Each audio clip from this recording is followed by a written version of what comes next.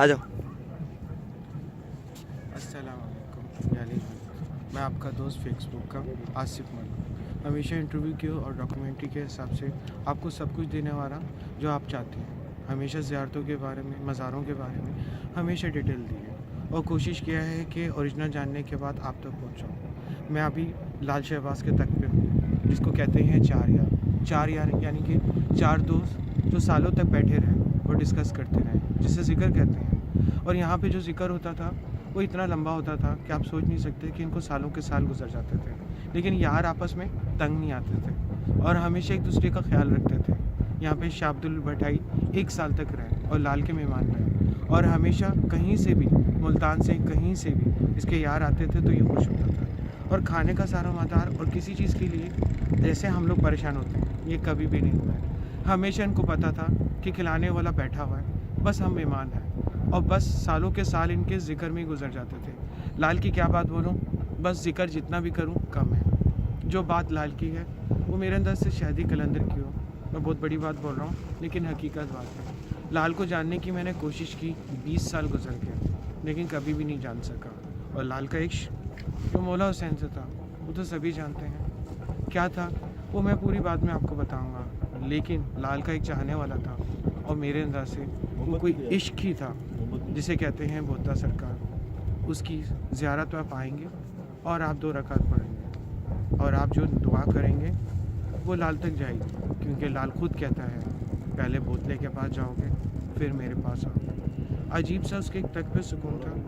मैंने सुबह आना था, पहुंच नहीं सका। मेरे अंदर से मगरिब के टाइम पे मेरा आना था, क्योंकि कहते हैं कि लाल ने जहाँ का फिक्स किया होता है बुलाने का, वहीं का सारा होता है। मेरे पीछे अजान हो रही है, सुकून यहाँ पे आप महसूस कर सकते हो।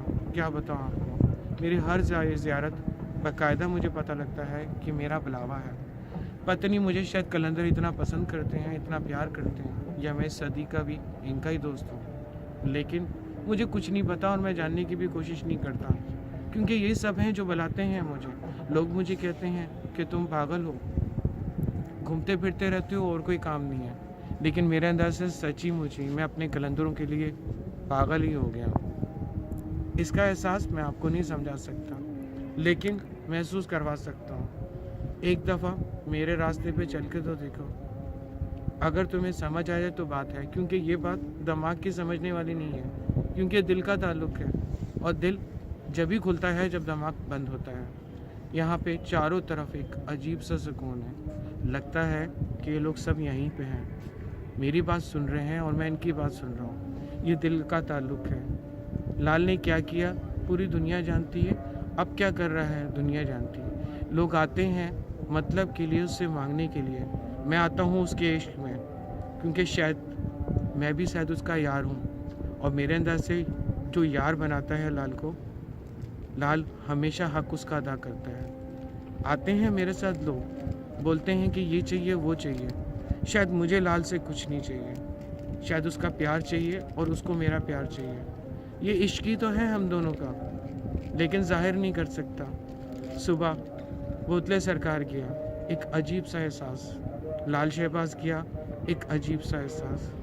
रेलगाड़ी में ऐसे पता लग रहा था कि कोई बहुत जल्दी में इंतज़ार में है, कह रहा है आजा, इंतज़ार नहीं हो रहा। फिर जाने के टाइम अक्सर एक गाना गुनगुनाता हूँ, शायद दिल से आता है, अब जाने की ज़िद ना करो। कभी वो बारिश करवा देता है, कभी रुकवाता है, कभी कहता है 3 दिन रुक जा, कभी कहता है 2 दिन रुक जा। क्या बताऊँ उसको कि ज़िंदगी में क्या कुछ देखना पड़ता है और लोग शायद मुझे पागल समझते हैं। मलंग तो मैं हूँ, लेकिन मलंग के बारे में कोई जानता नहीं है। फ़कीर कहना आसान है, लेकिन मुझे कोई फ़कीर कहता है तो मैं खुश होता हूँ, क्योंकि गदागर में और फ़कीर में फ़र्क होता है। फ़कीर देने वाला होता है, लेकिन गदागर मांगने वाला होता है। तो मैं शायद गदागर नहीं हूँ, फ़कीर हूँ। जब कोई मुझसे मांगता है तो हाथ उठा के उसके लिए दुआ करता हूँ और हमेशा दुआ ही करता रहूँगा। लोग मुझे जमा कर लेते हैं, मुझसे पूछते हैं अपने बारे में। पता नहीं कौन मुझसे क्या बात करता है, मुझे नहीं पता, लेकिन मैं उनसे जो बात करता हूँ वो उनके काम की बात होती है। यहाँ पे अभी मैं पंच बाग के बाग जा रहा हूँ इबादत के लिए। मेरे अंदर ऐसे मेरी ज़िंदगी का पहला साल का पहला दिन इबादत में हो तो बात ही कुछ और है।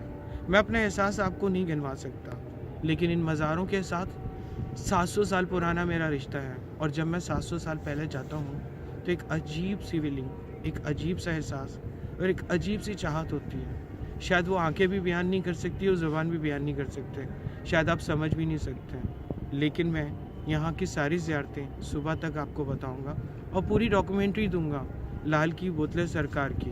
और एक और सरकार है जो लाल के ऊपर वाले पोर्शन पे है, उनके पास भी जाना ज़रूर होता है। लेकिन जब लोगों का झंझट मेरे पास आ जाता है तो मुझे परेशानी होती है कि क्या करूं, इनको क्या जवाब दूं, क्या बताऊं कि मैं इनका कौन हूं और इनको मैं क्या बताना चाह रहा हूं और मेरे साथ कौन है। लेकिन लोग नहीं जानते, लेकिन और लोग हमेशा ये कहते हैं कि हमारा काम होना चाहिए, बाकी जो तुम भी हो बस हमारा मतलब पूरा होना चाहिए। मुझे आज तक लोगों की नहीं समझ आई और लोगों को मेरी नहीं समझ आई। शायद ये 700 साल पुरानी बातें लोगों को नहीं समझ आई। 21वीं सदी के लोग हैं, कभी नहीं जानेंगे, सिर्फ मतलब के लिए हैं। एडवांस लेवल, उल्लू सीधा हो जाए चाहे कहीं से भी हो। माफ़ करना, बुरा नहीं मानना, लेकिन सच बात कहता हूँ जो हमेशा फ़कीरों की लोगों को कड़वी लगती है।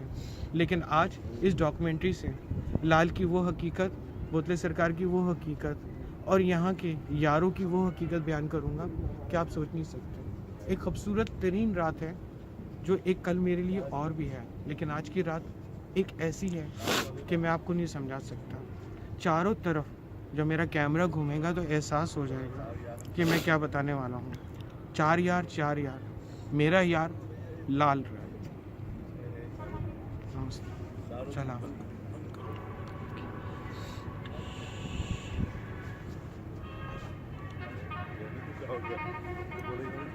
आस्ते आस्ते वो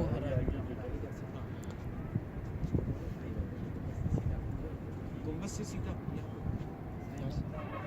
साईं का मज़ार भी नजर आएगा। यहाँ से ये है ना, यहाँ से आओ ना, यूँ सीधा लो ना। अभी कैमरा वापस लाएगा नीचे।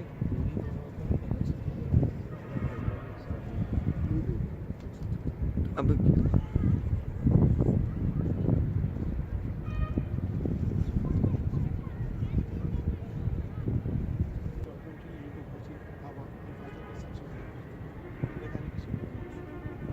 ज़्यादा लोग सुनने